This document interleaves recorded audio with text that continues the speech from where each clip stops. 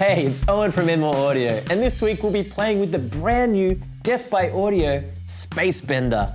It's always an exciting day when a Death by Audio piece shows up in the mail. I feel like the company's on the forefront of pedal design, making intensely creative units that can switch from subtle to incredibly extreme and always have an unassuming, uncomplicated layout, which I love.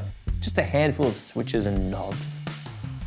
On first impression, I figured maybe this was a delay pedal, but it turns out the Space Bender does have a delay section, but it's more like a massively tweakable chorus and modulation pedal that can push from subtle to beyond extreme, to the point where it can be a brutal or pretty textural creation unit.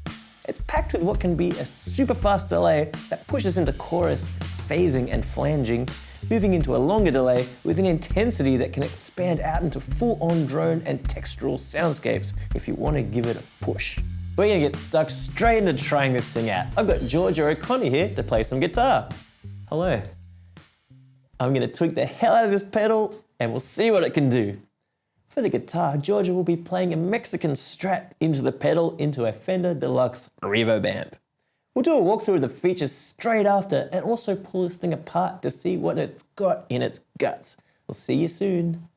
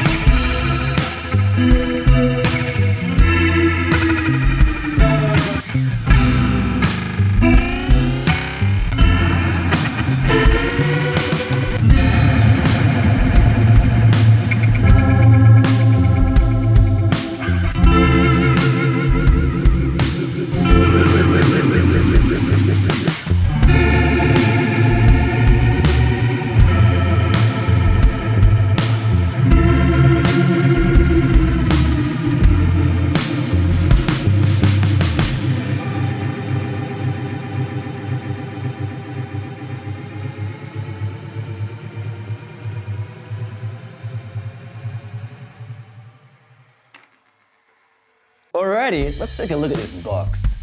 We've got a delay time rocker switch here. I love the feel of these switches. It's kind of like you're switching on an original neutron phaser or something.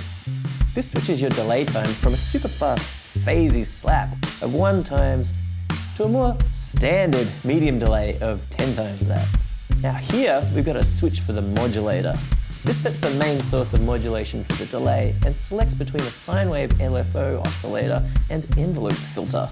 And here, we've got an intensity switch that toggles between low and high and kind of extreme and out of control intensity. There's a great disclaimer on the Death by Audio paperwork saying they're not responsible for what your audience thinks of you, but if they love it, then they are responsible. Cool. On the knob side of things, we've got speed. This controls the speed of the delays, the speed of the LFO, and the sensitivity of the envelope. At shorter settings, you'll be phasing, chorusing, and flanging, and at longer times, this thing modulates and gets totally wild and kind of unpredictable. And depth over here controls the depth of the LFO and the envelope and the feedback of the delays. The input and output situation is very standard too, with a jack in and out and a 9-volt power input. Now, let's take a look inside the box. Like all the modern DBA pedals, and most pedals these days, it's a surface-mounted component unit. I'll point out anything cool that's inside and try to guess what the ICs are doing. Oh, check it out, we got demo unit number 15. Over here we've got an FV1 spin semiconductor. I'm guessing this is controlling the algorithm for the delays and the modulations of the box, and working in tandem with this EEPROM over here. Right here we've got our oscillator crystal, which I'm guessing is controlling the LFO speed. Down here we've got a trim pot to control the level of the affected signal. And right down here there's an MCP 6002 op amp, which I'm guessing is boosting the signal. And there we have it, the Space Bender by Death by Audio. What we've got here is an incredibly tweakable modulation unit. It's essentially a wild delay with a modulation section controlled by either an LFO or envelope, which presents a universe of cool creative sounds. It truly ranges from somewhat subtle to one of the most extreme modulation pedals I've had the pleasure of messing around with.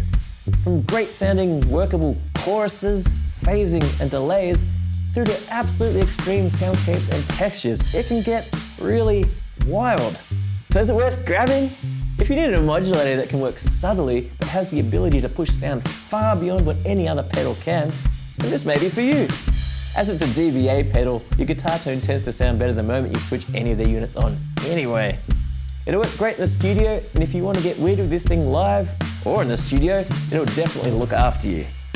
It retails for about $270 US, which is around 400 bucks Australian at the moment. So as far as creative modulation pedal goes, I feel like this is at the top of the mountain for this stuff. Thanks for tuning in, and I'll catch you next time for some more stuff.